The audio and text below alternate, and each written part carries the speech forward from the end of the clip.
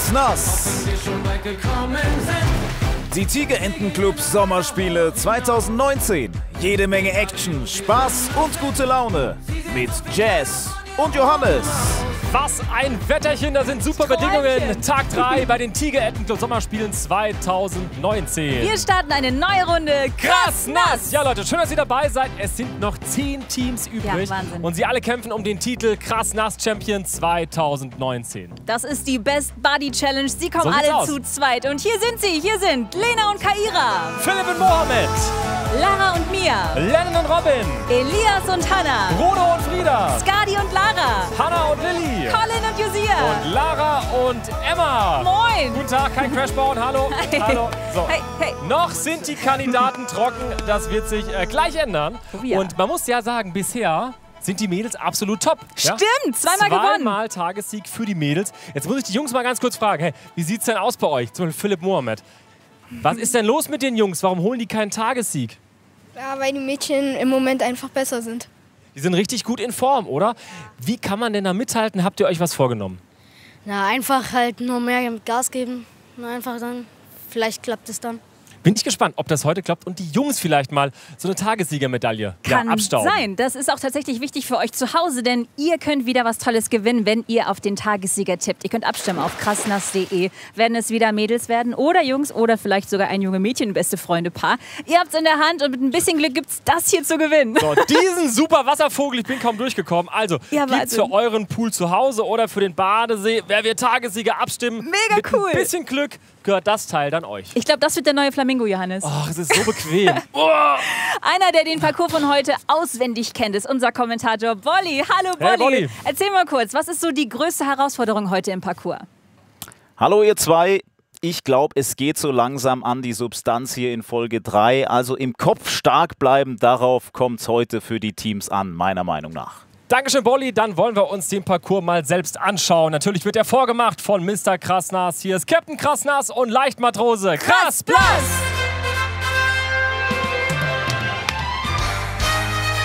Die beiden sind ready, dann geben wir das Startzeichen. Achtung! Fertig! Krass nass!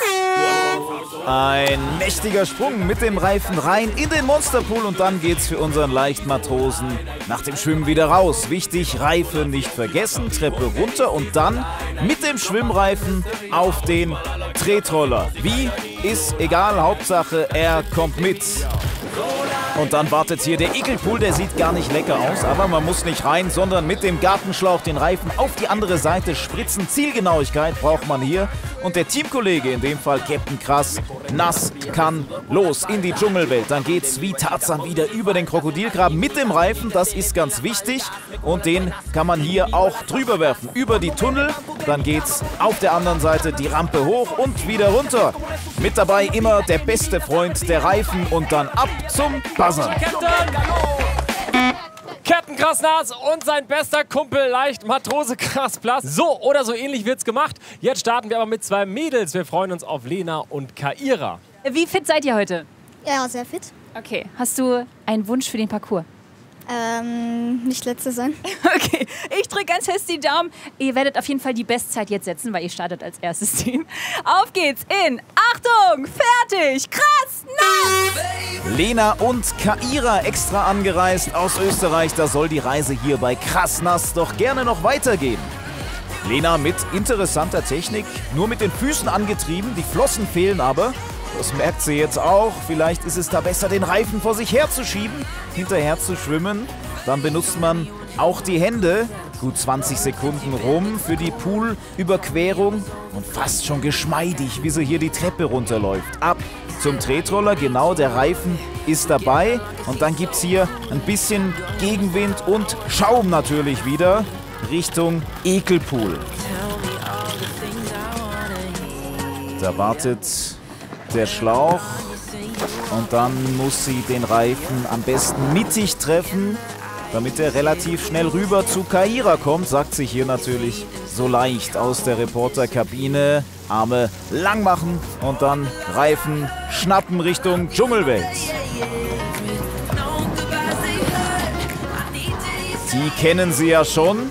Da wartet unser Captain mit der Liane. Ups, da gibt's einmal noch den Crash. Und dann Einmal rüber. Macht sie elegant mit dem Reifen. Nicht so einfach. Dann hier einmal über die Gummihürde drüber. Jawohl, den Reifen sauber rübergebracht. Und rein in den Tunnel. Wichtig, der Reifen muss auch hier dabei sein. Genau, drüber geworfen mit dem Reifen. Die Rampe rauf. Und dann schnell wieder runter und Richtung Buzzer. Und dann steht die erste Zeit. Wir stoppen die Zeit. 1 Minute 44 für Lena und Kaira. Das heißt, erstes Team, Jess hat es gesagt, ab in den Strandkorb.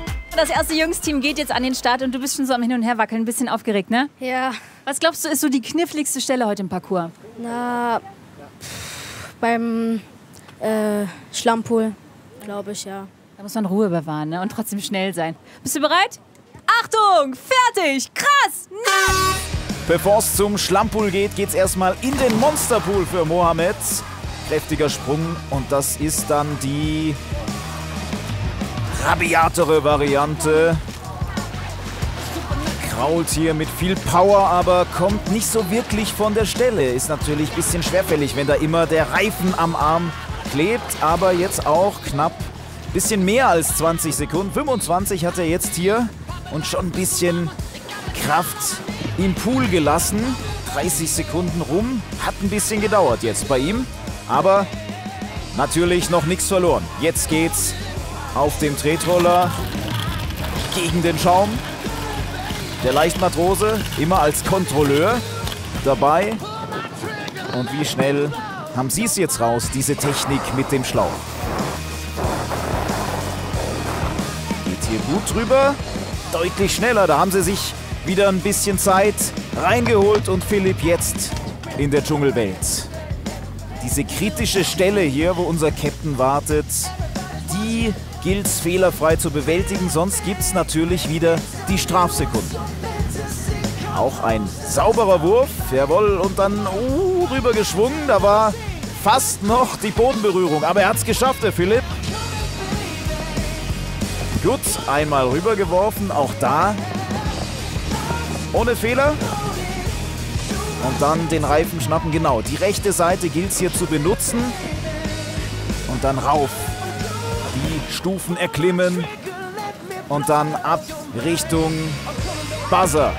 Letzten Meter für Philipp. Auf geht's! Komm, Philipp!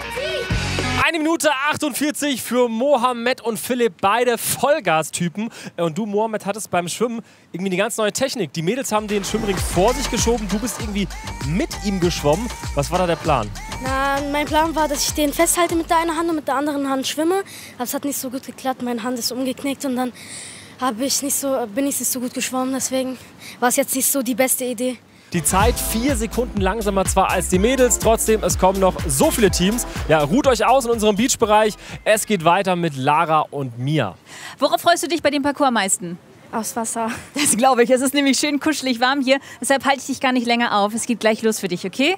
In Achtung! Fertig! Krass! Nein! Mia macht hier den Anfang. Ein weiter Satz in den Pool. Und nach knapp 30 Sekunden geht's auf den Tretroller. Durchs Schaumbad hier kriegt sie ein bisschen was ab. Und jetzt volle Konzentration auf den Spritzschlauch. Lara auf der anderen Seite. Das ist natürlich so ein bisschen Ungeduld, die man hier überwinden muss. Und rein in die Dschungelwelt. 1 Minute jetzt rum, also gut in der Zeit, die beiden. Und auch sie mit dem Reifen über den Krokodilsgraben. Flink unterwegs. Ja, der war knapp. Wenn der zurückspringt, dann gibt es die Strafsekunden. Aber Lara hat hier ein bisschen Glück. Kämpft sich hier raus aus dem Tunnel. Und dann hier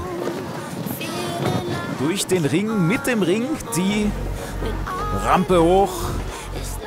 Nicht vergessen, jawohl, hat sie ihn fest unter den Arm geklemmt. Und auch für Lara die letzten Meter. Sehr gute Zeit. Pole Position, Platz 1 für Lara und Mia. Jetzt Lennon und Robin.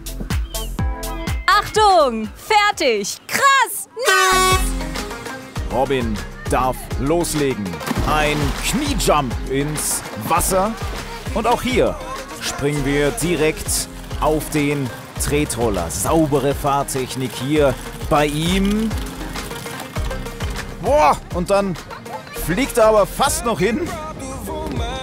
Kurzer Schreck in die Glieder gefahren, aber hoffentlich noch so viel Zielgenauigkeit, dass er hier den Reifen rüberbekommt.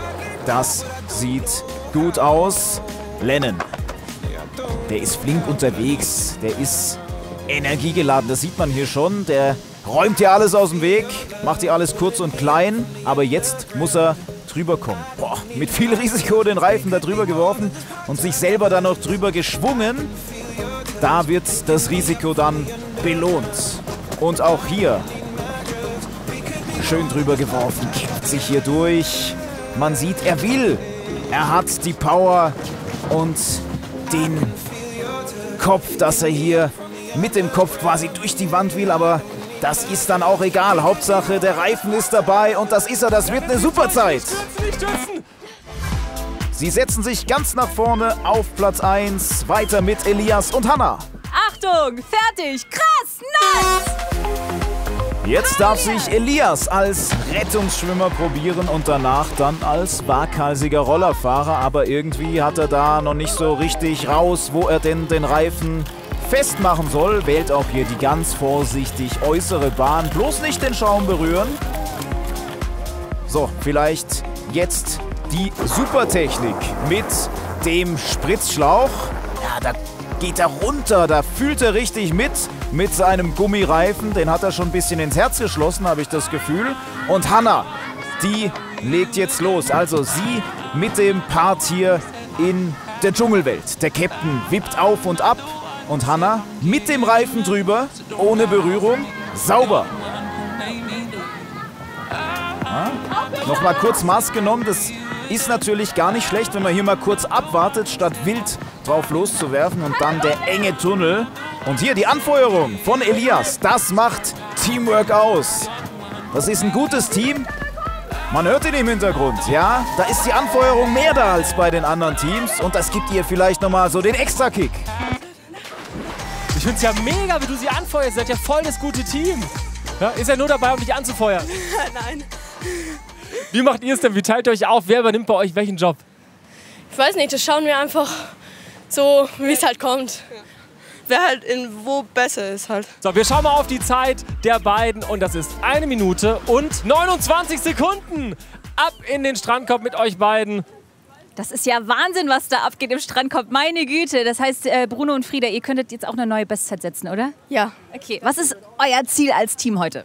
Heute wäre es gut, vielleicht einmal den Tagessieg zu holen und nicht rauszufliegen. Okay, so eine Medaille wäre schon ganz cool, ne? Ich drücke wieder die Daumen wie für euch alle, weil ihr seid alle ziemlich cool. Hier kommt dein Startzeichen, Frieda. Gib alles, okay? Achtung, fertig, krass, nass! Also der Wunsch, Tagessieger werden, das muss er aber erstmal beweisen als guter Schwimmer. Und danach zeigen, dass er ein furchtloser Racer ist. Keine Scheu vor Wasser und Schaum hat und vor allem kein Ekel vor dem Ekel bzw. Schlammpool hier. Einmal Wassermarsch. Und Bruno, der kann nichts machen, außer warten und seinen Arm mal ausstrecken. Ja, da wartet er vielleicht ein bisschen zu lang, aber er ist noch gut unterwegs in der Zeit. Ja, und auch hier die Liane schon bereit.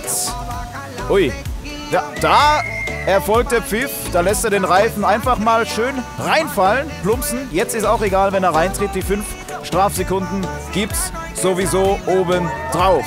Da weiß er auch nicht genau. Oben, unten, links, rechts. Und da fliegt der Reifen fast aus dem Parcours. Da rettet er sich aber nochmal. Der Bruno, hallo, Reifen mitnehmen. Jawohl. Den hätte er hier fast liegen lassen. Also so ein bisschen durcheinander jetzt, der Bruno. Ja, da wählt er die langsamere Variante. Bisschen durcheinander, der Kollege hier. 1 Minute 46 für Bruno und Frieda. Wir mussten nämlich leider bei euch 5 Strafsekunden oben draufhauen. In der Dschungelwelt, da bist du, glaube ich, einmal in den Krokodilgraben gekommen im Fuß, oder? Nee, der Reifen ist in den Krokodilgraben gekommen. Ach, der ist ja aus der Hand gerutscht. Das heißt, auf die Zeit, die wir haben, das heißt, vorhin waren es 1 Minute 46, kamen die 5 Sekunden oder kommen die noch oben drauf. Das heißt, 1 Minute 51 jetzt für Frieda würde bedeuten Schleuderrad, wenn es so bleibt. Und wir machen weiter mit dem nächsten Team. Es sind dran Skadi und Lara. Wie geht's dir gerade? Du siehst so ein bisschen angespannt aus. Ja, ich bin ganz so aufgeregt. Okay, weißt du, was da hilft? Einmal kurz tief durchatmen. Noch einmal. Jetzt kommt dein Startsignal, okay? Ich drücke ganz fest die Daumen. Eine Medaille habt ihr schon, vielleicht kommt die nächste dazu. Ihr könnt das schaffen. Auf geht's. Achtung! Fertig! Krass! Nass! Wenn der Schweiß vor Aufregung auf der Stirn steht, ja dann was? Natürlich ab ins kühle Nass für Lara. Die kann besonders gut schwimmen. Ihr Vorbild ist US-Schwimmer Michael Phelps und die scheut sich auch nicht vor Schaum, wie man hier sieht. Nimmt den kürzesten Weg und jetzt schon am Spritzschlauch. Und auch das sieht sehr, sehr flüssig aus. Sehr, sehr schnell geht's hier. Und Skadi, wenn die so weitermacht, dann wird das hier eine Bombenzeit, möchte ich jetzt mal einfach schon vorher sagen. Wenn sie jetzt hier den Krokodilsgraben überwindet, oh, mit einem Arm, das war Mut pur. Und der wird auch hier belohnt. Sauberer Wurf. Ja, den legt sie sich hier ganz sauber vor.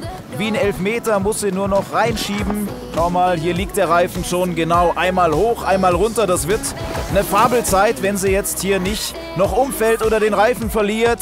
Klasse! Lass mir den Buzzer stehen! Das komplette Krass-Nass-Set wird zerlegt von den Mädels. Sag mal, alle sind so schnell. Wie kann man denn noch schneller sein? Was ist euer Geheimnis? Einfach rennen. Einfach rennen. 1 Minute und 16 Sekunden. Das heißt, ihr seid über 10 Sekunden schneller als der vorherige Erste. Und weiter geht's mit dem nächsten Team. Und das sind Hannah und Lilly. Und wenn ihr euch fragt, hä, warum stehen auf einmal 2 da? Es gibt was ganz, ganz Wichtiges. Das Ritual, der Gruppencheck. Auf geht's, Mädels. 1, 2, 3, 4, Bikers, das gewinnen wir. Schwimmen durch und klettern drauf. Unsere Gegner geben auf. Sehr gut, Lilly. Ab auf deine Startposition jetzt schnell. Das hat gut getan. Noch mal kurz, ne? Ja. Okay, jetzt hast du auf jeden Fall volle Power, Hannah. Und von mir gibt's das Startsignal. Achtung! Fertig! Krass! Nass! Was soll da bitte noch schiefgehen bei dem Zusammenhalt der beiden Mädels? So, einmal bitte in die Reifenwaschanlage, bitte sauber machen und einmal bitte abholen. Jawohl, sie streckt den Arm hier aus. Lilly bereit für die Dschungelwelt. Das Seil ist gespannt und wir sind gespannt, ob sie es denn schafft. Auch sie wählt die Variante mit Reifen über den Graben drüber und das ohne Unfall. Aber hier, da wird der Reifen zurückgebounced sozusagen. Sie sieht's gar nicht, sie ist schon draußen aus dem Tunnel. Jetzt kommt der Captain zur Hilfe. Oh, den pfeffert's erstmal hin. Also wenn Hilfe, bitte. Dann aber richtig. Deswegen lieber gleich den neuen Reifen. Genau, dann verhunzt der Captain nicht noch mehr die Zeit. Ja, dann einfach mal kopfüber runter und auf. Die Zeit retten Richtung Ziel. Aber es gibt eben die 5 Sekunden drauf. Hier sehen wir nochmal im Videobeweis. Da springt der Reifen zurück und sie kriegt's nicht mit. Dennoch Platz 4 für Hannah und Lilly. Achtung! Fertig! Krass! Nass! Los, komm, Die nächsten Josia und Colin. Colin im Kraulmodus hier. Ist ein sehr guter Schwimmer. Hat er selbst gesagt und das sieht man hier, dass er das tatsächlich ist. Das sieht nach einer sehr guten Technik aus. Hat er kaum Zeit verloren, noch unter 20 Sekunden. Einmal kurz hingesetzt und dem Reifen hinterher. Ja, der rollt da so ein bisschen weg. Da muss er jetzt wieder die Meter gut machen. Zum Tretroller über den Kopf mit dem Reifen. Das ist okay. Und volle Kanne durch den Schaum. Und nach der Schaumladung gibt es jetzt die Ladung Wasser für den Gummireifen. Einmal die Pistole in die Hand und abfeuern. Und weiter geht's für Josia. Ja, der ist hier mit flinken Schritten unterwegs. Wählt hier die Mitte, jetzt hier die rechte Seite und dann einmal über den Krokodilsgraben. Aber da geht der Reifen zurück in den Graben rein. Pech für die beiden, auch hier. Wie beim Team gerade eben, 5 Strafsekunden, die sie hier aufgebrummt bekommen. Der Wurf war sauber, der liegt hier schön bereit. Braucht er sich nur noch abholen. Ja, kämpft auch hier ein bisschen mit dem Tunnel. Und durch die Treppen rauf. Da haben auch manche Teams immer wieder Probleme. Ja, schöne Rutschpartie nochmal. Und jetzt einordnen in der Tabelle. Oh, und es ist immer wieder diese Dschungelwelt, auch bei dir, Josia. Was ist daran so schwierig? Ja, meine Schuhe waren ein bisschen nass irgendwie. Ich bin 3-mal ausgerutscht, das war nicht so toll. Das heißt, die 5 Strafsekunden hätte man sich wahrscheinlich auch sparen können, oder? Was ist da schiefgelaufen mit dem Ring? Ich habe den Ring schon drüber gehabt, aber der ist mal zurückgerollt. Ja, es war nicht so. Egal, machen wir einen Haken dran. 1 Minute 36 bedeutet, Jungs, ihr seid auf jeden Fall mit dabei in der nächsten Sendung. Also, ihr könnt ganz entspannt sein und es geht weiter mit Lara und Emma. Oder auch stolze Besitzerinnen einer Tagessiegermedaille. Wäre schön, wenn es noch eine gäbe, oder? Ja, aber wir hoffen jetzt erstmal, dass wir weiterkommen. Viel Glück, Emma. Hier ist mein Startzeichen. Achtung! Fertig! Krass! Die Letzten werden die Ersten sein, oder wie war das nochmal? Emma mit einem weiten Sprung in den Monsterpool und auf Richtung Tretroller. Ja, den Reifen unter dem Arm und jetzt auf Richtung Ekelpool. Oh, da hört man den Pfiff, weil Emma neben die Strecke fährt. Da gibt's auch 5 Sekunden obendrauf gebrummt. Jetzt muss halt Lara, wenn sie dann den Ring hat, die Zeit wieder reinholen. Gas geben, Lara! Wenn sie jetzt hier nicht noch eine Strafe kassiert, dann kann das noch eine ordentliche Zeit werden. Hier, bitteschön, das Seil, aber da wird sie ein bisschen übermütig und tritt rein. Nur mit einem Arm das Seil genommen, das war vielleicht ein bisschen zu locker angegangen, das Ganze von Lara. Jetzt wird es natürlich schwer hier. Diese 10 Strafsekunden, die sind jetzt noch irgendwie wieder reinzuholen. Da haben die wenigsten Teams noch großartig Zeit rausgeholt. Lara auf den letzten Metern und wir werden gleich sehen, wo sie sich einreihen. Was war denn das Chaos heute? Ich habe, glaube ich, krass blass 2-mal Pfeifen gehört. Also ich bin einmal bei den Hütchen reingefahren. Das ist auch richtig anstrengend da. Das passiert ganz vielen. Eure Zeit 1 Minute und 42. Das heißt aber trotzdem für euch kein Schleuderrad. Also, wir werfen einen Blick auf das Gesamtklassement nach Tag Nummer 3 bei Krassnas 2019. Und wir sehen, wir haben 2 Tagessieger, die nennen sich Lara und Skadi. Und auf das Schleuderrad müssen Mohammed und Philipp und Bruno und Frieda. Ich würde sagen, bevor es soweit ist, erstmal Medaillen! Siegerehrung. Die kennen sich ja aus mit den Medaillen, ihr 2. Lara und Skadi, herzlichen Glückwunsch! Was eine Zeit. Lass mich nochmal auf die Zeit gucken. Was war das? 1 Minute 16. Das war richtig krass schnell. Und wohlwollender Applaus auch von den anderen Mitstreitern. Ja, sehr, sehr fair, die Kandidaten bei Krassnas. Ja, unsere Tagessiegerin haben wir gekürt. Jetzt heißt es ab auf Schleuderrad. Und Daumen drücken. Philipp und Mohammed, was ist da los zum 2. Mal auf dem Schleuderrad? Ja, wir waren nicht so schnell, wie wir es dachten. Ja, dann müssen wir es wieder auf Schleuderrad schaffen. Es könnte ein Vorteil sein, wenn man schon mal auf dem Schleuderrad gestanden hat, Bruno und Frieda. Jedes Team muss ja einen Werfer raussuchen und einen, der am Ende draufsteht. Wie habt ihr es bei euch aufgeteilt? Also ich werde auf dem Schleuderrad stehen und Frieda wird werfen. Leute, dann starten wir mit unserem kleinen Finale. Ab mit euch auf das Schleuderrad. Ihr zu Hause natürlich Daumen drücken. Wer kommt doch noch eine Runde weiter bei Krassnas und wer scheidet leider aus? Seid ihr soweit? Es geht los. Achtung, fertig, krass, nass!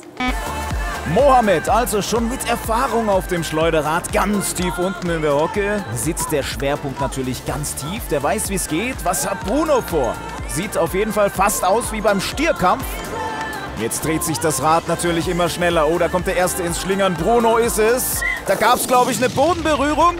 Was war da los? Moment.